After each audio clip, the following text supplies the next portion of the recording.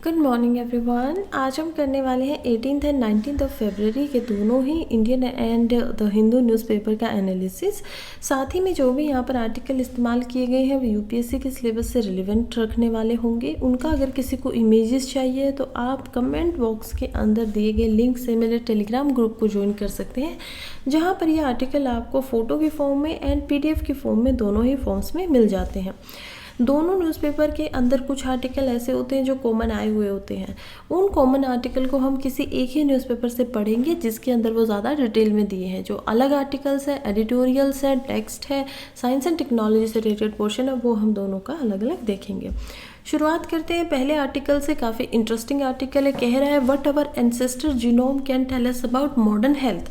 देखिए, ये दो तरह से हमारे लिए इंपॉर्टेंट हो जाता है। पहला हो जाता है जीएस पेपर 3 के अंदर। जीएस पेपर 3 में हमें पता है साइंस एंड टेक्नोलॉजी पढ़ना होता है। अब साइंस एंड टेक्नोलॉजी भी 7 पार्ट्स के अंदर बटा हुआ है सिलेबस को अगर बांटेंगे, और उसी का जो पहला पार्ट होता है वो होता है बायोटेक्नोलॉजी। यानी कि बायोलॉजी की फील्ड में आपने क्या क्या टेक्नोलॉजी का उत्पादन किया या क्या क्या अलग अलग बना पाए हैं। अब ये जो आर्टिकल है ये भी इसी से रिलेटेड है। क्या ये प्रीलिम्स में आएगा? बिल्कुल पूछा जाएगा, क्यों नहीं पूछा जा सकता है। देखिए, संभावना बिल्कुल है, क्योंकि एक न्यू टेक्नोलॉजी का इस्तेमाल करते हुए हम हमारे एंसेस्टर यानी कि हमारे जो पूर्वज थे जो आज जिंदा भी नहीं है, उनके डीएनए से ये समझ पा रहे हैं कि कैसे हमारा डीएनए काम करता है। राइट, क्या क्या हमें बीमारी होती हैं। अब ये समझने से पहले ज़रा ये समझा जाए कि डीएनए खुद में है क्या। देखिए, डीएनए खुद में क्या है उसके लिए यहाँ पर आ जाइए। हमें पता होता है सेल्स के बारे में। हमारी जो बॉडी होती है वो अनगिनत यहाँ पर सेल्स से बनकर बनी हुई है। हमें नहीं पता वो मिलियन से ट्रिलियन से कितने सारे सेल हमारी बॉडी में बनते हैं, लेकिन ये पता है कि अलग अलग टाइप के सेल होते हैं बॉडी के अंदर। जो सोमैटिक सेल्स होते हैं उनको क्या बोला जाता है? Bodily cells. यानी कि सारे के सारे जो भी बॉडी के अंदर सेल होंगे उनको सोमैटिक सेल्स बोला जाएगा। कुछ सेल होते हैं हमारे पास स्टीम सेल, जो किसी पर्टिकुलर काम के अभी के लिए बनाई नहीं गई हैं। वो किसी भी जिस भी जगह पर जाएंगे उनकी ज़रूरत पड़ेगी उन्हीं सेल्स का रूप ले लेंगे। कुछ होते हैं ब्रेन के सेल्स, कुछ होते हैं हमारे मसल्स के सेल। तो इस तरीके से अलग अलग सेल्स हमें देखने को मिलते हैं।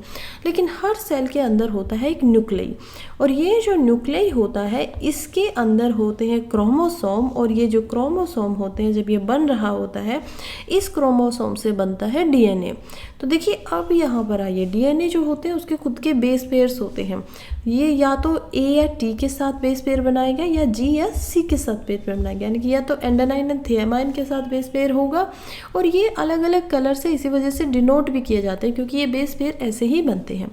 डीएनए खुद में क्या होता है? डीएनए होता है डीऑक्सी रिबो न्यूक्लियस एसिड। अब इस शब्द को अगर आप काटेंगे तो आपको समझ में आएगा। डी ऑक्सी से देखिए यहाँ पे, रिबो यानी कि जो प्रोटीन बनाता है, ऑक्सी से ऑक्सीडाइन, न्यूक्लियस यानी कि जो न्यूक्लियस से निकला है, और एसिड उसी से बना हुआ है। तो इस तरीके से हमारा डीएनए फॉर्म होता है। अब डीएनए के अंदर जो है मैंने आपको बेस पेयर बनाए थे, देखिए ऐसे डबल हेलिक्स होता है। ये जो बेस पेयर आपको दिखाई देते हैं ये होते हैं इंफॉर्मेशन। इनको बोला जाता है जीनोम या फिर जीन। जब आप इनकी स्टडी करते हो तो आता है जीनोम की स्टडी करना। अब ये एक सेल के अंदर 36,000 होते हैं, 36,000 होते हैं आपके एक सेल में। क्योंकि हर सेल के अंदर ये सेम है तो हम मान सकते हैं कि ये ट्रिलियंस की मात्रा में होंगे, क्योंकि हर सेल में 36,000 सेम होंगे। हमारी हर सेल एक्चुअली में रेप्लिकेट होता है एक दूसरे का। तो ये हमें इतना समझ में आ गया कि ठीक है, ये होता है डीएनए, इस तरीके से काम करता है। ये होता है जीन। अब जीन और जीनोम को आप समझ चुके हैं। अब हम चलते हैं आर्टिकल पे कि आर्टिकल हमें क्या बताना चाहता है। देखिए, आर्टिकल जो है ये लिखा गया है श्रीधर शिवबाबू और विनोद स्कारिया के द्वारा, साइंस एंड टेक से ये है। और ये कह रही है कि बहुत सारे रिसेंट पेपर अभी आए हैं, रिसर्च हुई हैं, जिसमें अब जो सिक्वेंस है हमारे एंसेस्टर्स के जीन का, उसको हम समझ पा रहे हैं। एंसेस्टर्स के जीन का सिक्वेंस कैसे समझ पा रहे हैं? क्योंकि टेक्नोलॉजीज़ का अलग अलग इस्तेमाल हो रहा है। कौन सी टेक्नोलॉजी का इस्तेमाल हो रहा है ये आपके लिए बहुत इंपॉर्टेंट है। जो टेक्नोलॉजी का इस्तेमाल हो रहा है उसको बोला जा रहा है एडीएनए, यानी कि उसका नाम ही रखा जा रहा है यहाँ पर एडीएनए। अब एडीएनए का क्या मतलब है? Ancient DNA. इसको पढ़ा जा रहा है। पीपल बहुत लंबे टाइम से इसको पढ़ना चाहते थे। अब कुछ टेक्निक आई है जैसे कि कटिंग एज जैसे जीनोम, जिसने एक विंडो ये खोल दी है। इसमें क्या किया जाता है, आपके जो स्केलेटन है उसमें से टूटे मूटे या फिर जो लिविंग सेल नहीं होते हैं, नॉन लिविंग सेल्स की भी यहाँ पर जीनोम की सिक्वेंसिंग की जाती है। सिक्वेंसिंग करना क्या होता है, 36,000 जीनोम है, हमें देखना होगा कौन सा पेयर किसके साथ जुड़ा हुआ है। ऐसा तो नहीं है ई के साथ टी है, फिर ई के साथ फिर से टी है, फिर ई के साथ फिर से टी है, फिर जी के साथ यहाँ पर सी है, फिर हम देखेंगे ए के साथ फिर से टी है। तो ये पेयर बनाना कि किस जगह पर क्या पेयर है 36,000, इसे बोलते हैं डीएनए सीक्वेंसिंग करना। ये हम कर पा रहे हैं नॉन लिविंग के साथ में भी। अब इससे फ़ायदा क्या होगा, पहली बात तो हमें समझ में आएगा कि हमारा जो इवोल्यूशन हुआ है, हमारे जो एंसेस्टर्स थे वो किस तरीके से रहते थे, उनके स्केलेटन वगैरह में क्या क्या खाते पीते थे, उन्होंने क्या क्या, उनको डिजीज़ थी, बीमारियां थी, ये सारी चीज़ें अच्छे से समझी जा सकेंगी। उनका जो डीएनए म्यूटेट हुआ है, क्या उसका असर ह्यूमंस के ऊपर आज के मॉडर्न सोसाइटी में भी देखने को मिलेगा, तो ये सारी चीज़ें समझेंगे। क्या उनसे हमारे जो डीएनए आया है उसमें सेम बीमारियां अभी भी आती हैं, हम कैसे स्टडी को और ज़्यादा अच्छा बना सकते हैं। तो डाइट से लेके हर चीज़ इसमें देखने को मिलेगी, खास करके डिजीज़ की हिस्ट्री कि कौन सी डिजीज़ कहाँ से शुरुआत हुई है। तो होल जीन सीक्वेंसिंग ये की जाएगी और लगभग यहाँ पर ऐसा माना जा रहा है कि 50,000 साल पहले तक का, अभी तक का जो डेटा है उसको मॉडर्न इंडियंस के साथ में या ह्यूमंस के साथ में, नियंदरथाल्स जो थे वो भी जिस टाइम पे लगभग 60,000 अगो ऐसा माना जा रहा है कि एक्सटिंक्ट हो गए थे, तो उनके कुछ अगर स्केलेटन भी मिलते तो उनसे भी, उनके बारे में भी बिल्कुल अच्छे से और ज़्यादा इसमें पढ़ा जाएगा।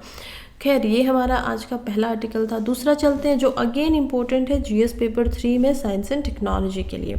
देखिए अब ये कहाँ पर आ गया है, अब ये आ गया है आपका आईटी एंड कम्युनिकेशन के अंदर, यानी कि कोई ऐसी चीज़ आप लेके आ गए हो जिससे आप कम्युनिकेशन को आसान बना रहे हो, इन्फॉर्मेशन टेक्नोलॉजी को आसान बना रहे हो।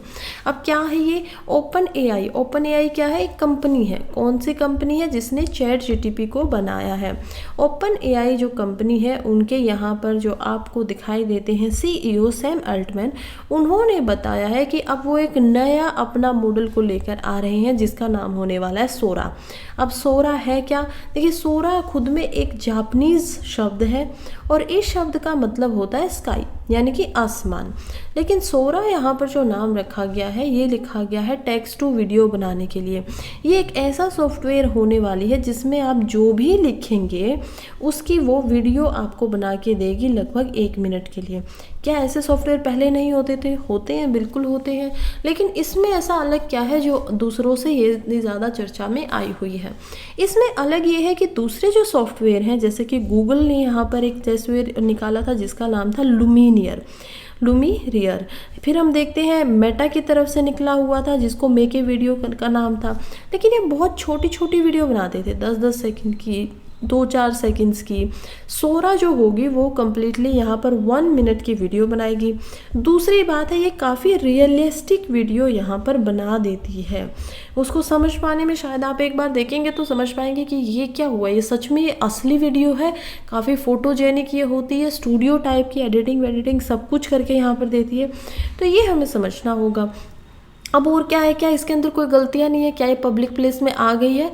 अभी तक ये पब्लिक प्लेस में पब्लिक के लिए नहीं आई है। देखिए पब्लिक के लिए इसको ओपन किया जाएगा, लेकिन अभी इसमें कुछ कमियां हैं, खामियां हैं, उनको समझना पहले जाए। दूसरी बात है कि ये टाइम और स्पेस को समझने में भी थोड़ी सी गलतियाँ कर रही है। माइक्रोसॉफ्ट के द्वारा एक वीडियो यहाँ पर छोड़ा गया था इसके नाम से ट्विटर पर, जो कि अब एक्स के नाम से जाना जाता है, तो उस पर रखा गया था। तो उसमें हम देख पाते हैं कि पहले जहाँ 4 आदमी एक जगह पर आ रहे थे और वीडियो जब घूमती है तो वो गायब हो जाते हैं क्योंकि एक कपल के ऊपर फोकस किया जाता है, पीछे से हट जाते हैं बिल्कुल। तो यही बात है कि अभी ये टाइम और स्पेस को शायद उतने अच्छे से नहीं समझ पाई है। एज हम मानते हैं कि आगे आगे जैसे जैसे प्रोग्रेस होगी और ज़्यादा अच्छे से इसको समझा जा चुकेगा, यही अच्छी बात है। फिर ये कहते हैं कि विस इन्फॉर्मेशन का क्या होगा, अब जब ये इतनी रियल ये बनाएगी तो कोई भी नहीं समझ पाएगा कि ये रियल वीडियो है या दूसरी वीडियो है। तो बहुत सारे यहाँ पर लोग ऐसे जो वरी कर रहे हैं कि इस जनरेटिव एआई के टूल का मिसयूज़ ना हो जाए। तो इसके लिए ओपन आई ने बोला है कि वो रियल टाइमिंग रूट करेंगे यहाँ पर जब पब्लिक लॉन्च करेंगे, और वो क्या करेंगे, रेड टेमिंग का यहाँ पर इस्तेमाल करेंगे, यानी कि जो भी ये बनाएगी वीडियो उसके ऊपर यहाँ पर लिखा जाएगा इट इज़ AI जनरेटेड। दूसरी बात उन्होंने बोला कि हम एक और ऐसा सॉफ्टवेयर लाएंगे जिसमें आप कोई भी वीडियो या फोटो को डालेंगे तो उसका पता चल जाएगा कि वो AI से निकाला गया है या फिर वो रियल है। तो ये दोनों बातें हैं जिन पे हमें काम करना होगा। खैर प्रीलिम्स के लिए क्या इंपॉर्टेंट है, व्हाट इज सोरा इटसेल्फ, तो ये आपको पता होना चाहिए। नेक्स्ट चलते हैं जो कि है what are IPCC assessment reports. देखिए IPCC का मतलब होता है inter government panel on climate change, और इसमें रिपोर्ट्स आई है। इसकी पहले रिपोर्ट आई थी 6th रिपोर्ट, जो कि आपकी सेकंड एडिशन जब आता है 2021-22 के अंदर, तो काफ़ी हड़दंग मचा देता है पूरी की पूरी दुनिया में, क्योंकि बहुत सारी ऐसी बातें पता चलती हैं जो काफ़ी विनाशकारी थी, काफ़ी ज़्यादा चिंताजनक थी। अब ये रिपोर्ट ने बताया था, इसमें 95 देशों के अलग अलग साइंटिस्ट एक साथ काम कर रहे थे, इन्वायरमेंटलिस्ट थे, और इन्होंने बताया कि कैसे अभी 1.5 डिग्री से ज़्यादा जो यहाँ पर बोला जा रहा है कंट्रोल करने के लिए पेरिस क्लाइमेट कॉन्फ्रेंस में, जो कि 2016 में होती है, तो उसमें बोला गया था कि हम जो प्री इंडस्ट्रियल इरा है ना, उससे 1.5 डिग्री टेम्परेचर को ऊपर नहीं जाने देंगे, उसको कंट्रोल करेंगे। यानी कि 1950 में जो टेम्परेचर होता था उससे पहले, 1950 से पहले, उससे आगे हम इसको नहीं जाने देंगे। तो ठीक बात है, अगर ऐसा होता है तो क्या हम उसके नज़दीक हैं? रिपोर्ट का बोलना है बिल्कुल भी नहीं, वी ऑलरेडी रीच्ड दैट, हम लगभग इतना आउट ऑफ कंट्रोल कर चुके हैं कि शायद उसको ना कर पाए। फिर यहाँ पर हुआ था bulb test, warm bulb test. अब इसमें बहुत सारी जगह बताई गई, जैसे इंडिया के लिए बताया गया था कि इंडिया के मुंबई जैसे जो शहर हैं उनमें बाढ़ काफ़ी आएगी। कुछ इंडिया के ऐसे शहर हैं जिनके अंदर यहाँ पर हम सूखा पड़ते हुए देखेंगे अगले 10 से 20-30 साल के अंदर। तो ये बहुत सारे वनरेबल जो सेक्शन कंट्रीज़ थी, जिसमें पाकिस्तान, इंडिया, बांग्लादेश, ये सारी कंट्रीज़ के बारे में भी यहाँ पर बताया गया था। अब इनकी जो अलग रिपोर्ट है इसमें हम देख पाएंगे ये UN की फ्रेमवर्क है, और यूनाइटेड नेशन के framework convention on climate change के ऊपर ये साइंस को एग्जामिन करती है, क्या क्या एडेप्टेशन करने चाहिए, वनरेबल क्या है, मिटिगेशन क्या हो क्लाइमेट चेंज के लिए, उस पर काम करती है। क्योंकि आप देखिए लास्ट में क्या लिखा हुआ, क्लाइमेट चेंज के ऊपर ही इंटर गवर्नमेंटल का क्या मतलब होता है, अलग अलग जो गवर्नमेंट्स है वो एक साथ मिलकर काम कर रही है। ऐसा नहीं है कि किसी एक ही देश की बाउंड्री में ये काम करता है। अब की बार यहाँ पर 195 कंट्रीज़ ने पार्टिसिपेशन किया है इस डॉक्यूमेंट के ऊपर, और अब फिर से 2024 के जनवरी में इसकी तरफ से एक छोटी रिपोर्ट आई है। क्या रिपोर्ट है ये? अब ये सिंथेसिस रिपोर्ट है AR6 की ही, जो पहले आई थी उसी का सिंथेसिस किया गया है 7th साइकिल के अंदर AR7 से, और इसके लिए क्या किया है, IPCC ब्यूरो इलेक्ट किया गया है कि अब इसको रिपोर्ट को कौन निकालेगा। तो ब्यूरो के जो मेंबर हैं वो पहली बार मिल रहे हैं तुर्की के अंदर, जो बजटिंग के इशू से लेके टाइमलाइन से रिलेटेड सारी चीज़ों पे बात कर रहे हैं। तो इसी वजह से इसको अच्छे से बनाया गया है। अब जो नेक्स्ट IPCC की रिपोर्ट होने वाली है, जो कि IPCC की रिपोर्ट यहाँ पर होगी 7, वो लगभग 2028 तक हमारे पास अवेलेबल हो जाएगी। पेपर के अंदर जो नाम लिखा गया है पेपर का, जैसे कि options for programme of work in 7th assessment, ये पहले एक इंट्रोडक्शन की तरह डाला गया है कि हमें किन किन कामों के ऊपर काम करना है। जैसे कि यहाँ पर अलग अलग रिपोर्ट्स होंगी, स्पेशल और एडिशनल रिपोर्ट्स, जिसमें हम डिस्कशन करेंगे क्लाइमेट से रिलेटेड, और उसी के जो लास्ट में रिसर्च होने के बाद हमें पता चलेगा वो हमारे पास अवेलेबल होगा 2028 तक।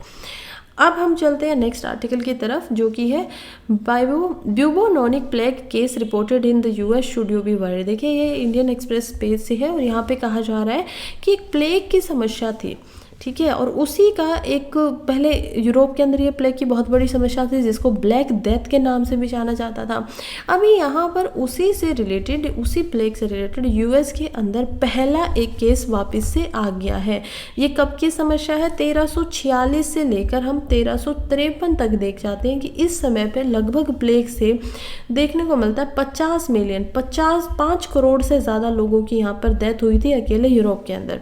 और यही वो टाइम था जिसमें हमें पता चला कि ये एक ब्लैक डेथ है, और आज तक इतना बड़ा विनाशकारी कोई भी यहाँ पर देखने को नहीं मिली है बीमारी। फिर हम आगे बढ़ते हैं और WHO की तरफ जाते हैं। WHO कहते हैं कि क्या इसमें खतरनाक होने की या घबराने की कुछ ज़रूरत है, क्या दोबारा से तो नहीं फैल जाएगा। WHO का कहना है कि हमारे पास एंटीबैक्टीरियल है और उससे अब हम इसको आराम से ख़त्म कर सकते हैं। लेकिन तो क्या इसका मतलब ये बैक्टीरिया से होती है? बिल्कुल ये बैक्टीरिया से होती है, और ये होती है येरेसिनिया पेटिस नाम के जूनोटिक बैक्टीरिया से। यानी कि जूनोटिक है तो एनिमल्स में पाया जाएगा, और किन एनिमल्स में पाया जाता है? चूहे जैसे एनिमल्स के अंदर, कैट्स जैसे एनिमल्स के अंदर। अभी जो जिस इंसान में ये हुआ है, माना जा रहा है कि उसको वो कैट से हुआ है, कैट उस बीमारी से सर्वाइव नहीं कर पाई है, लेकिन इंसान जिसको हुआ था वो सर्वाइव कर गए हैं। तो यही था आपको जिस पता होना चाहिए वर्ल्ड हिस्ट्री के रेफरेंस से कि ये क्या होता है। अगर इससे बिबोनिक प्लेग आ जाता है तो आपको पता होना चाहिए कि किस चीज़ से रिलेटेड है।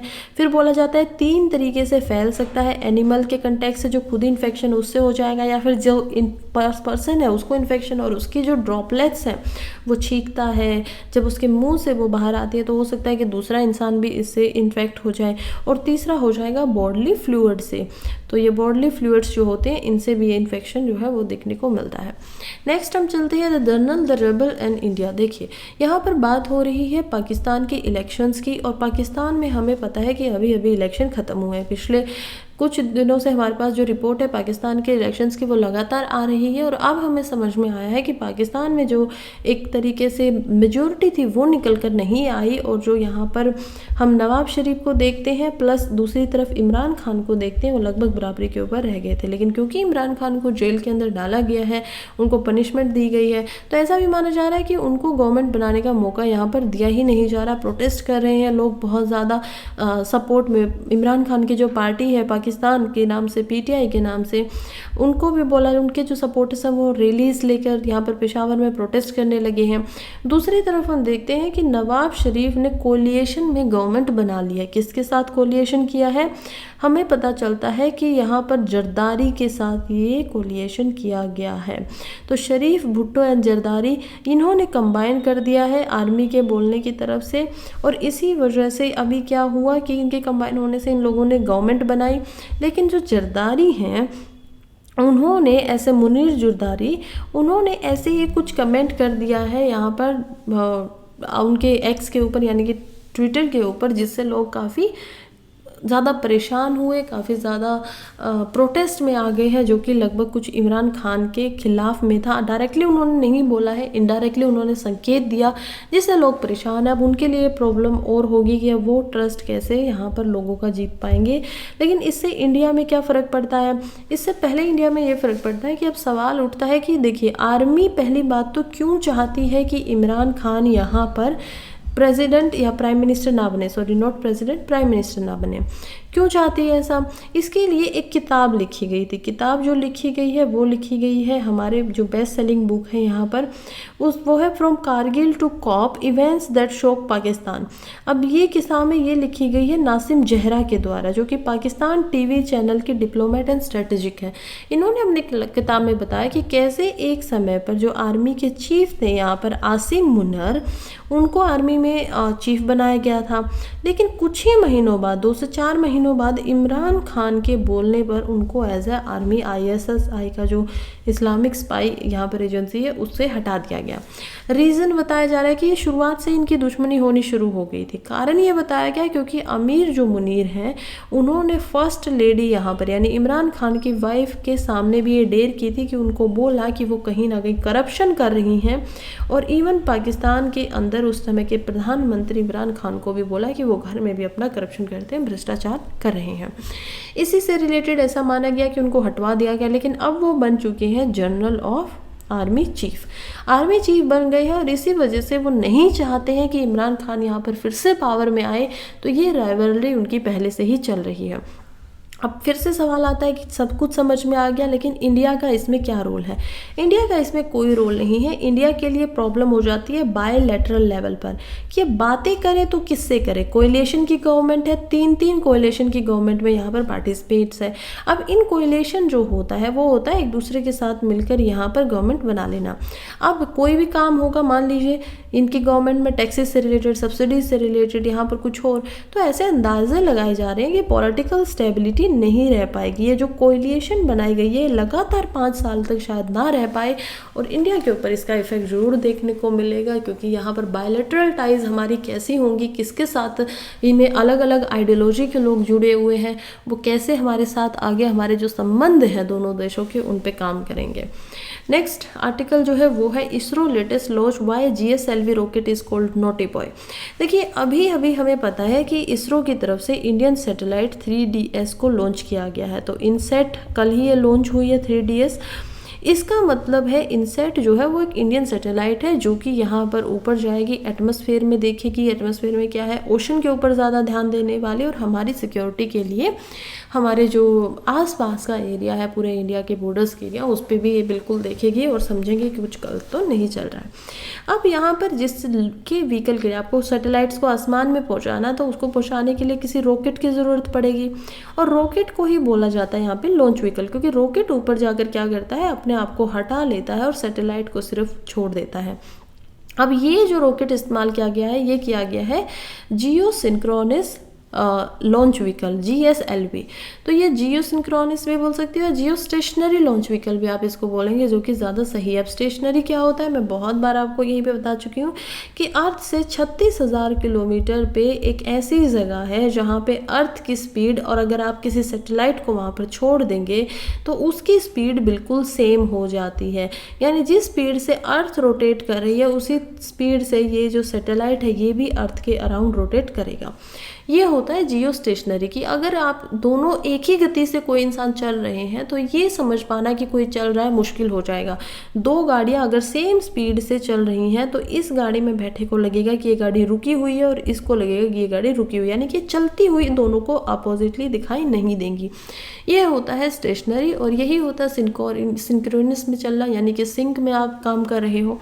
तो आप ये कह रहे हैं कि ये सब कुछ हो गया, इसरो ने इसको लॉन्च कर दिया है। इसरो के पास 3 लॉन्च और व्हीकल्स भी हैं जो मैं आपको बताती हूँ। पहला जो है वो हम देखते हैं PSLV, यानी कि पोलर जो यहाँ पर सैटेलाइट लॉन्च व्हीकल होता है। दूसरा है यहाँ पर GSLV M2, और तीसरा जो यहाँ पर है वो है LVM, यानी कि GSLV ही ये है, लेकिन लॉन्च व्हीकल जो है ये है M3, जिसको अर्लियर GSLV M3 बोला जाता था। अब ये लॉन्च व्हीकल क्या, ये आपको याद रखने पड़ेंगे। अगेन ये साइंस एंड टेक्नोलॉजी से रिलेटेड ही आर्टिकल है, और लॉन्च व्हीकल्स के अंदर भी हम देख पाएंगे कि अलग अलग, जैसे GSLV जो है उसका जो वेट है वो कम वेट को लेके जाएगा, लेकिन LVM3 जो है वो यहाँ पर 5 टन से ज़्यादा के वेट को उठाकर चला जाएगा। इनके अंदर इस्तेमाल क्या होता है, क्रायोजेनिक इंजन का यहाँ पर इस्तेमाल किया जाता है। अब क्रायोजेनिक इंजन क्या है, ये प्रीलिम्स के लिए इंपॉर्टेंट हो जाता है। क्रायोजेनिक इंजन का मतलब है कि इसके अंदर लिक्विड हाइड्रोजन और लिक्विड ऑक्सीजन दोनों में माइनस के अंदर करके, क्योंकि इनका बॉइलिंग पॉइंट जो होता है वो क्या होता है, 130 डिग्री, -130 डिग्री, और ये जो होंगी इनको माइनस में करके स्टोर किया जाता है ताकि ये खुद ही यहाँ पर फ्यूल दे सके रॉकेट को। तो इस तरीके से काम करता है। तो ये होता है क्रायोजेनिक इंजन।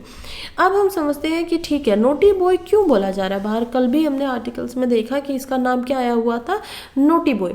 नोटी बॉय इसलिए बोला जा रहा है क्योंकि GSLV ने आज तक केवल अभी तक जो ये वाला रॉकेट है इसने 15 टाइम पहले भी फ्लाई किया है, और उसमें से 4 फ्लाइट्स ऐसी थी जो अनसक्सेसफुल हो गई थी। अब ये एक बहुत ज़्यादा बड़ा नंबर होता है किसी रॉकेट के लिए जब उसकी जो, या किसी लॉन्च व्हीकल के लिए फेलियर का।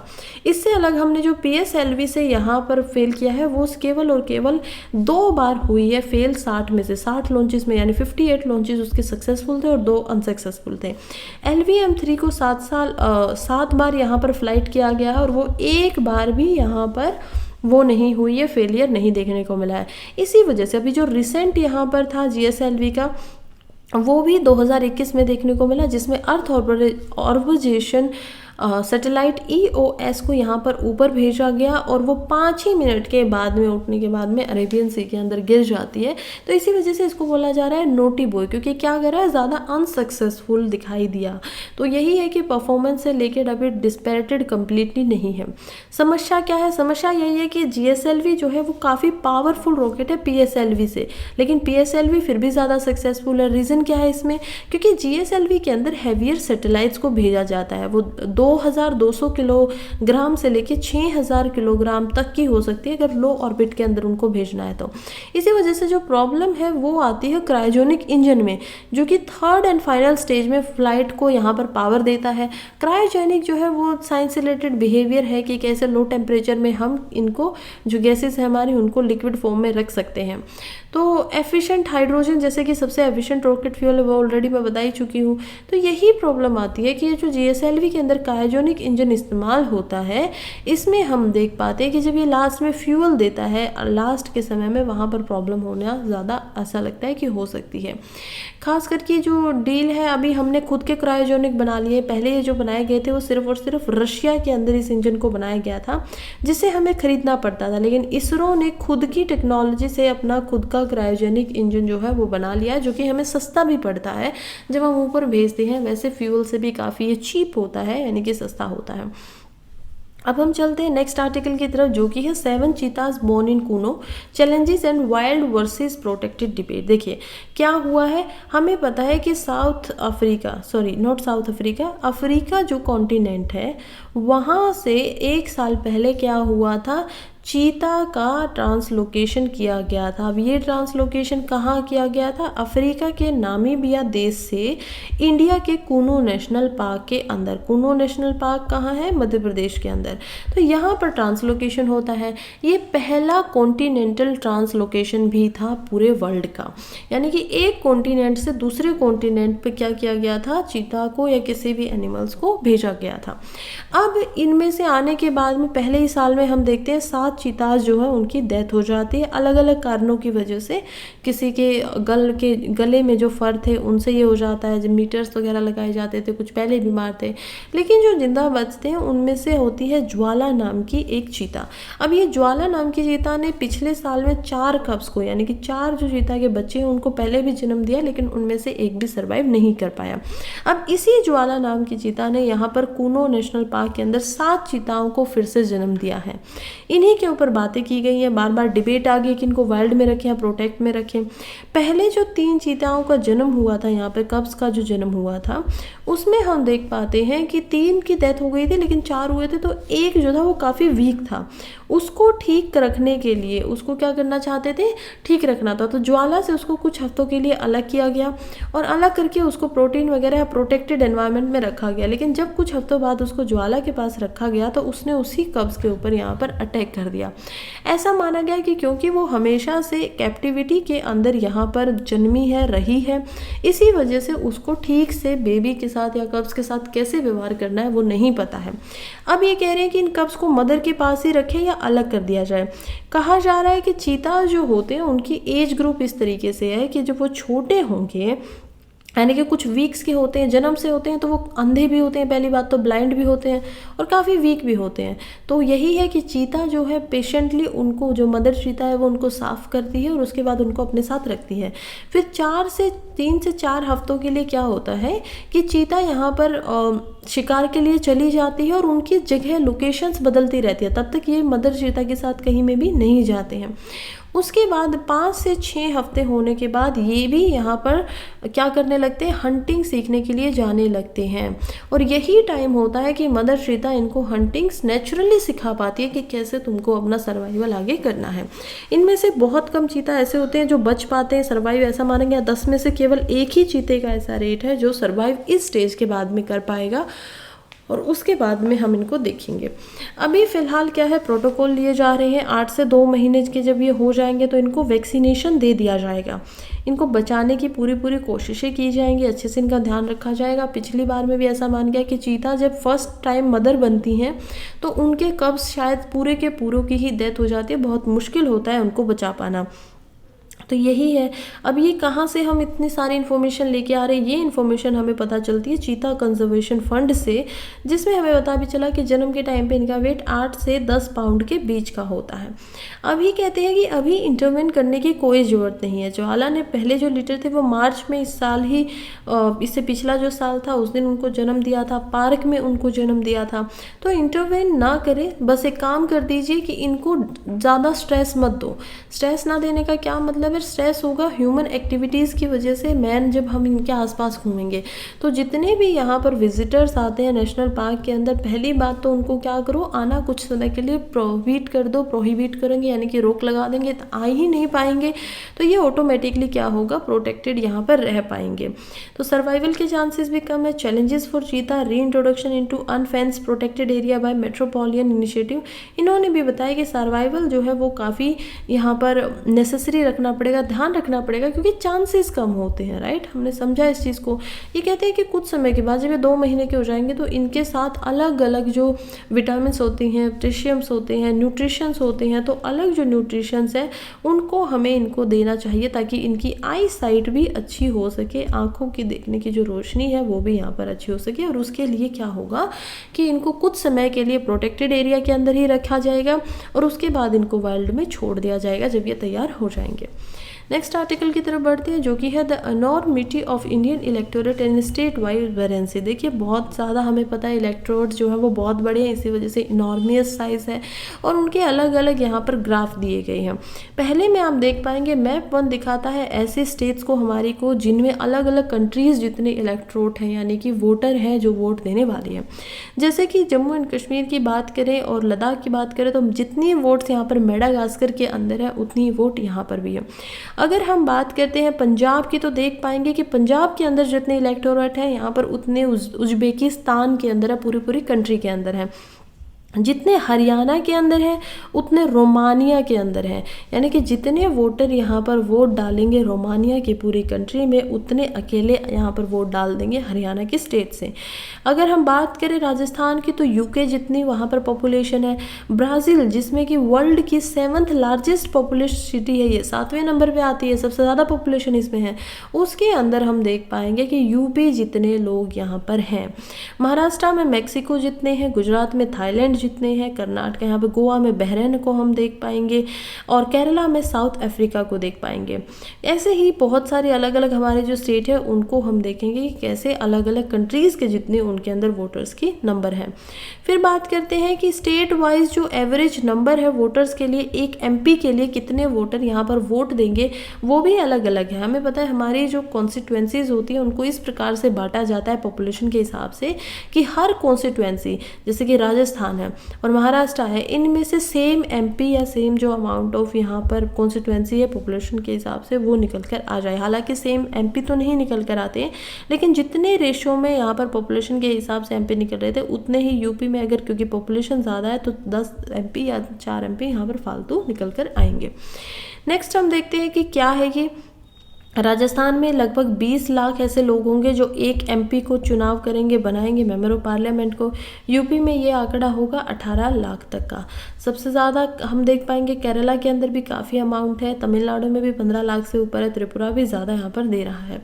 हाईएस्ट इलेक्टोरल पर सीट देखें तो तेलंगाना में काफ़ी है जो कि है 31.5 लाख वोटर्स, काफ़ी ज़्यादा ये है। असम के अंदर ये 8 लाख तक है, कर्नाटका में भी 28.9 लाख तक दिखाई देता है।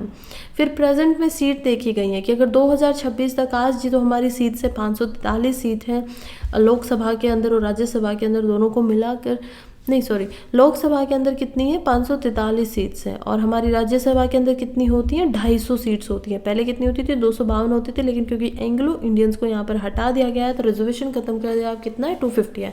तो अगर इनको लोकसभा में 543 ही रखा जाए तो कितनी कितनी सीट आएंगी। यूपी को यहाँ पर 80 सीट मिली है और इस साल अगर हम देखेंगे तो कितनी मिलेंगी 91 सीट्स यहाँ पर दी जाएंगी, तो 11 का यहाँ पर गेन होगा।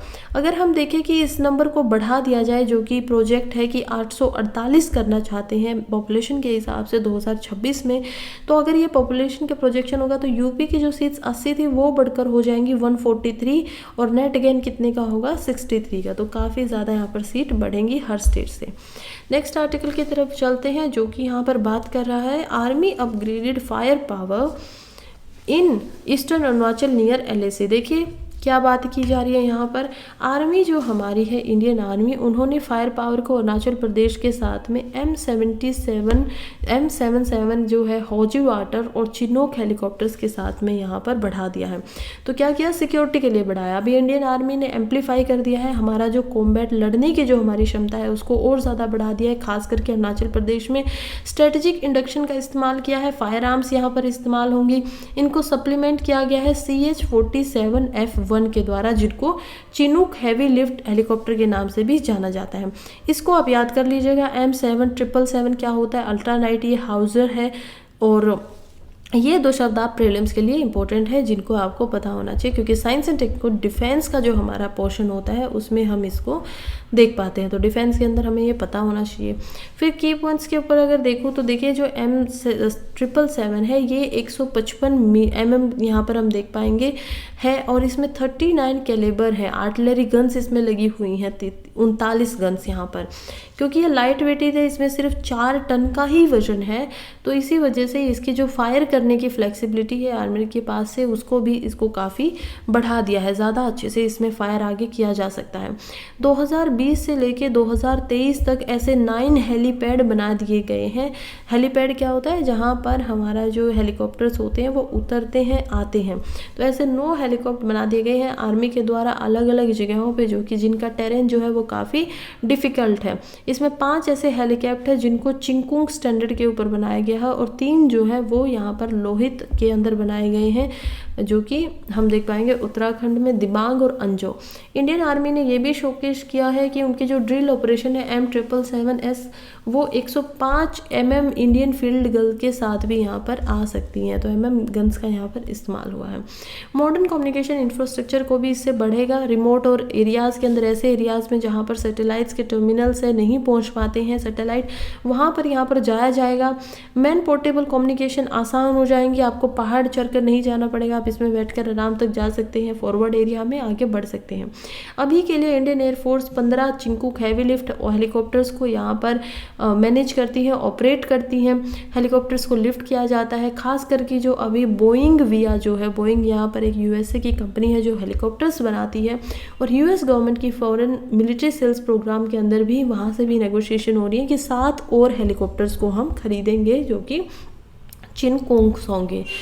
नेक्स्ट हम चलते हैं आर्टिकल की तरफ, जो कि है recalibrating merit in age of artificial intelligence. ये एक एडिटोरियल है जो लिखा गया है आदित्य सिन्हा के द्वारा, और ये यहाँ पर रिसर्च इकोनॉमिक एडवाइजरी काउंसिल में एज अ स्पेशल ऑफिसर की तरह ड्यूटी दे रहे हैं प्राइम मिनिस्टर के लिए।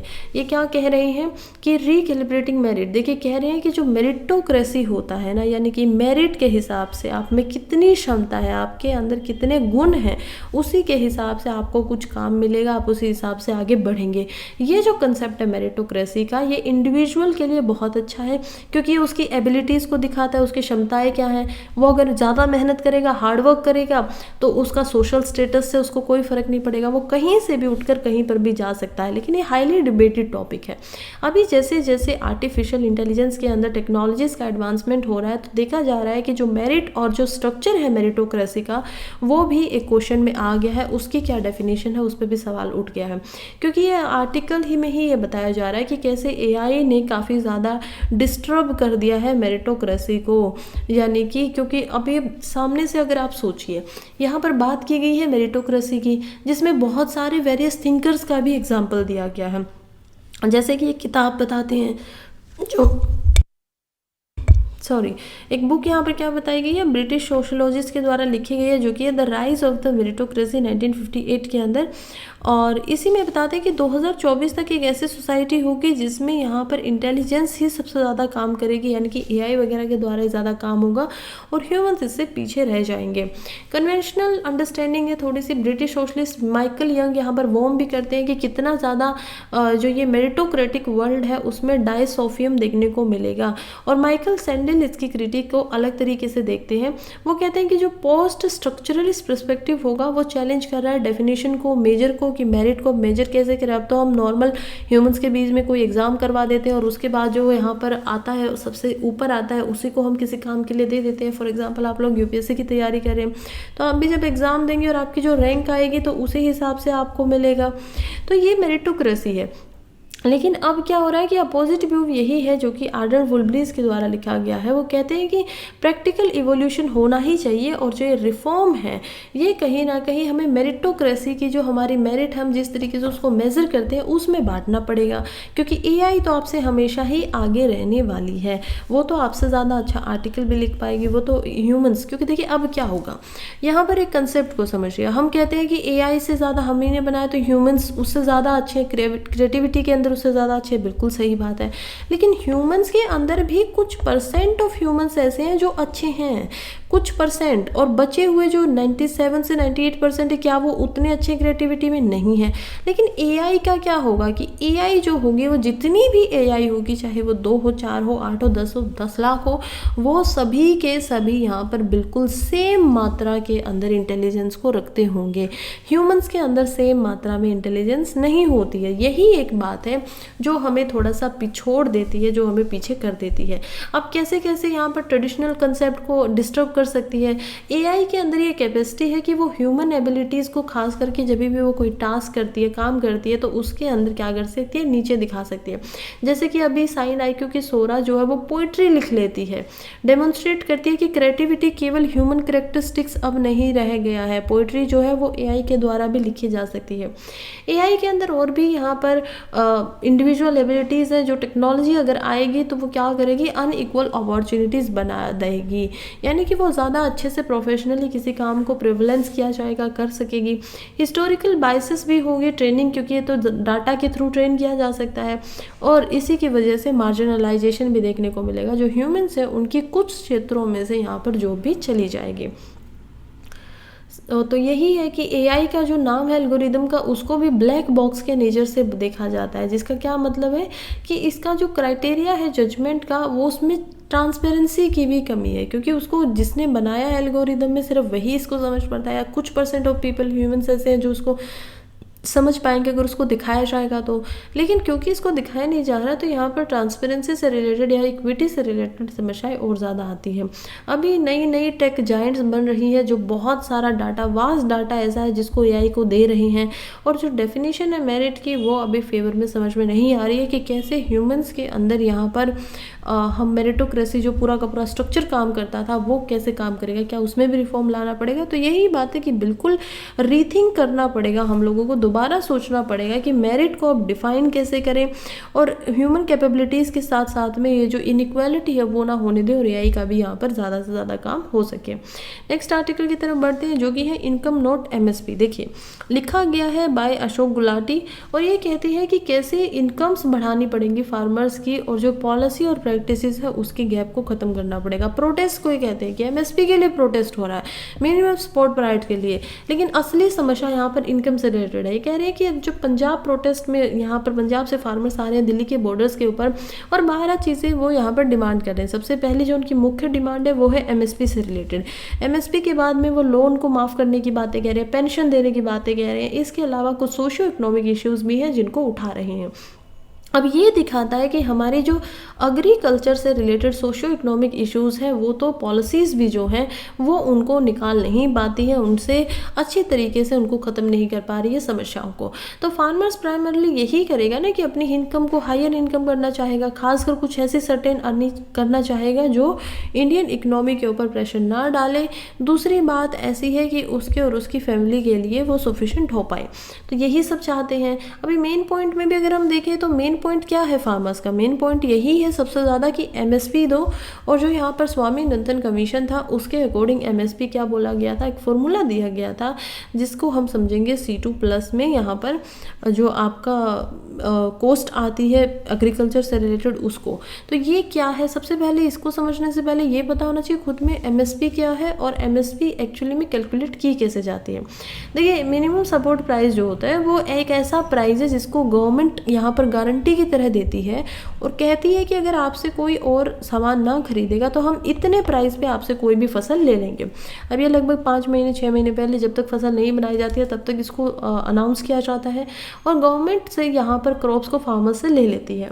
तो यही होता है एमएसपी, जिसमें सर्टेन इनकम जो है क्रॉप्स की वो फार्मर्स को मिल जाती है चाहे कैसी भी सिचुएशन हो, यही उनको सुरक्षा चाहिए।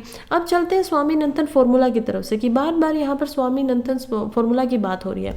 तो स्वामीनाथन जो फॉर्मूला था वो आया था नेशनल कमीशन ऑन फार्मर्स से। ये एक कमीशन बनाया गया था 2004 में, जिसके जो हेड थे वो यहाँ पर प्रोफेसर MS स्वामीनाथन थे। इसी वजह से इस कमीशन को भी स्वामीनाथन कमीशन के नाम से भी जाना जाता है। और इन्होंने एड्रेस यही किया था कि अग्रेरियन क्राइसिस क्या हो रहा है इंडिया में, और उसी के ऊपर बातें की।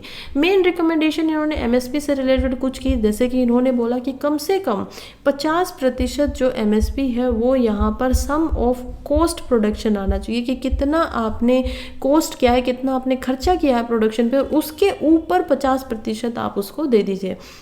अब एमएसपी को निकालने के लिए सबसे पहले कॉस्ट ऑफ प्रोडक्शन यहाँ पर देखेंगे CO2, फिर 50% आप इंक्रीज करके दे दीजिए। तो ये यहाँ पर बोला गया था। कॉस्ट ऑफ प्रोडक्शन में अलग अलग चीज़ें बहुत सारी मिलाई गई है, जैसे कि सीड्स कितने के आते हैं, बीज कितने के इस्तेमाल किए, फर्टिलाइज़र का इस्तेमाल कितना हुआ है, मशीनरी यहाँ पर कितनी इस्तेमाल हुई, कितना खर्चा उस पर आया है, उसके अलावा लेबर जो लगाई गई है उसके ऊपर क्या खर्च आया है, अगर ये लैंड खुद का नहीं था और लैंड को रेंट पे लेकर उस पर खेती की गई है तो उसका क्या खर्च आया है, अगर जो कैपिटल को वो इंटरेस्ट पे दे देता जो यहाँ पर लगाया गया था तो उस पर कितना इंटरेस्ट मिलता, वो क्या होता। तो ये सारी चीज़ें इसमें इन्वेस्ट की गई है। अभी गवर्नमेंट क्या करती है, गवर्नमेंट ये लैंड रेट को और इंटरेस्ट रेट को छोड़ देती है। गवर्नमेंट यहाँ पर केवल और केवल खाद बीज जो बिजली है उनका खर्च देगी, और उसके अलावा आपको यहाँ पर 50% अबो एमएसपी तैयार करके दे देती है। हाँ वह अभी यही इंपॉर्टेंट है जानना कि कैसे ये जो प्रोडक्शन है वो क्लियरली डिफाइंड नहीं है, बस इसमें बातें की गई कि इस तरीके से काम करो।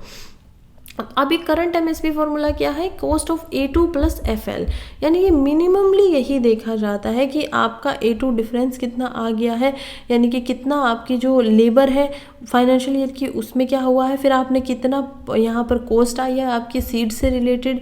तो ये चीज़ों का एसेट्स का और लेबर का ही आपको एमएसपी दिया जाता है, जो कि कभी कभी मार्जिन कम भी हो जाता है। अगर आप एमएसपी को अगर आप कॉस्ट C2 को जोड़ देंगे अपनी खुद की कैपिटल के ऊपर भी, तो जो एमएसपी अभी मिलती है उससे 25 से 30% तक एमएसपी को और बढ़ाना पड़ जाएगा। इसी वजह से गवर्नमेंट इसको नहीं कर रही है। तो अब हम चलते हैं कि इंक्लूसिव अप्रोच की मांगे हैं। अब ये सारा का सारा समझाने के बाद ऑथर कह रहे हैं कि फार्मर्स की और जो कुछ डिमांड्स हैं वो भी यहाँ पर देख लीजिए, जैसे कि 23 ऐसे क्रॉप्स हैं जिनके ऊपर फिलहाल एमएसपी दिया जाता है, लेकिन ये जो 23 क्रॉप्स है ये केवल और केवल 28% ही वैल्यू रखती है एग्रीकल्चर के अंदर। जब हम खेती की बातें करते हैं तो सिर्फ 28% ही इनका इंपॉर्टेंस है यहाँ पर। और एमएसपी अगर बढ़ा दिया जाता है 23 क्रॉप्स के ऊपर भी, तो क्वेश्चन वही है कि सिमिलर फॉर्मूला अप्लाई होगा अदर एग्री प्रोडक्ट्स के ऊपर या नहीं होगा, या फिर जो लाइव स्टॉक है जो जानवरों को यहाँ पर रखते हैं, डेयरी के करते हैं, या हॉर्टिकल्चर को हम देखते हैं फलों की जो खेती करते हैं, क्या उन दोनों में भी यहाँ पर 50% मिलेगा एग्री प्रोड्यूस के अंदर। और ग्रोथ रेट जो है वो 23 क्रॉप से ऊपर एक्सीड हो जाता है, तो क्या उनका वो कर पाएंगे या नहीं कर पाएंगे। एग्जाम्पल ये कह रहे हैं, मान लीजिए मिल्क आपने प्रोडक्ट किया है, आपने दूध बनाया है, और वैल्यू जो है पैडी की, वीट की, पल्सेस की, शुगर केन की कंबाइंड उससे वो ज़्यादा बन गया है, तो मिल्क प्रोड्यूसर जो होंगे क्या वो एमएसपी के फ्रेमवर्क में नहीं इंक्लूड किए जा सकते, क्योंकि क्या है उसके अंदर एमएसपी बहुत ज़्यादा देनी पड़ेगी और बहुत ज़्यादा चीज़ें क्या होंगी, महंगी हो जाएंगी। इसीलिए कह रहे हैं कि इंटीग्रेटेड वैल्यू चेन अप्रोच हो। देखिए फ्यूचर जो है इंडियन एग्रीकल्चर और फार्मर्स की इनकम को बढ़ाने का वो डिपेंड करता है लाइव स्टॉक के ऊपर, फिशरीज के ऊपर, हॉर्टिकल्चर के ऊपर। कमोडिटीज जो है इन सेक्टर में उनको इंटीग्रेटेड वैल्यू चेन अप्रोच दो ताकि मार्केट रिस्क जो है वो कम किया जा सके। जैसे कि वर्टिकल इंटीग्रेशन देखने को मिल रही है पोल्ट्री सेक्टर में, या फिर अमूल का मॉडल जो है मिल्क प्रोडक्शन के लिए, इसमें काफ़ी रिस्क रैपिड ग्रोथ हुई और रिस्क भी जो है वो काफ़ी कम है।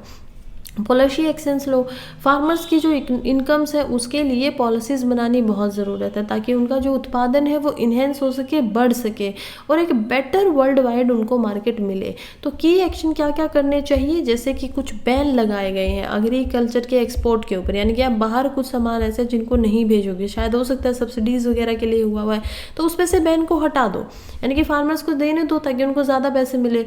दूसरा है प्राइवेट ट्रेड के ऊपर बैन लगा हुआ है, उसको भी हटा दीजिए, बैन हटा दीजिए। सीजिंग जो होती है कई बार अनलोडिंग वीट और राइस के लेकर ओपन मार्केट में इकोनॉमिक कॉस्ट से जो नीचे, यानी कि जितना आपने एमएसपी दिया है, जितना उनका खर्च आया है उससे कम पे भी यहाँ पर लोग उनको क्या करते हैं, खरीदते हैं गेहूं और चावल को मार्केट्स के अंदर, तो उसको भी बंद कर दीजिए, बिल्कुल ख़त्म कर दीजिए कि ओपन मार्केट के अंदर जितना एमएसपी यहाँ पर है, जितना कॉस्ट आया उससे नीचे में आप नहीं लिखेंगे। तो ये सारे काम करने बहुत ज़रूरी हैं। दूसरा जो सब्सिडी की पॉलिसी सरकार के द्वारा बनाई गई है उनकी तरफ भी भी एक बार दोबारा सोचना चाहिए। जैसे कि जो अग्री फूड सब्सिडीज़ है वो यहाँ पर फूड प्राइजेस को लो रखने के लिए ही बनी हुई है, लोगों के लिए लो रखा, उनको सभी को मिल सके। तो 75% जो सब्सिडीज़ है उनको रीओरिएंटेड करना पड़ेगा प्रोड्यूसर्स की तरफ में, जो उनको बना रहे हैं उनकी तरफ में। जैसे कि कुछ फंड दिया जाता है फॉर्म ऑफ प्राइस में, आप दे सकते हैं पीएम किसान में दिखता है कि यहाँ पर साल के 6,000 रुपये पर लैंड के हिसाब से किसान को दिए जाते हैं, या फिर ओनली 25% जो है वो वेल टारगेटेड वर्नेबल कंज्यूमर के पास में यहाँ पर पहुँच पाता है, असली से जितने भी कम है। एट द एंड हम यही समझते हैं कि जो करंट का अग्री फूड पॉलिसीज़ है उन्हीं में समस्याएं हैं, वो कंज्यूमर को ज़्यादा, जो खाने वाले हैं उनको ज़्यादा फेवर करती है, ना कि उगाने वालों को, कॉस्ट ऑफ फार्मर्स को वो नहीं करती है। तो इसी वजह से जो पॉलिसी में चेंज है वो लाने पड़ेंगे, इम्प्लीमेंट करना पड़ेगा उनको, और प्रोड्यूसर के फेयर में उसको ज़्यादा रीओरिएंट करने की ज़रूरत है। खैर यहीं पर आज के हमारे न्यूज़पेपर ख़त्म हो जाते हैं। Thank you so much for being here, जो भी यहाँ पर है। अच्छा लगा तो चैनल को सब्सक्राइब कर लीजिएगा। फिर से यहाँ पर कल मैं आप लोगों के लिए वीडियोस लेकर आऊँगी, समझेंगे साथ में, जर्नी को आगे बढ़ेंगे।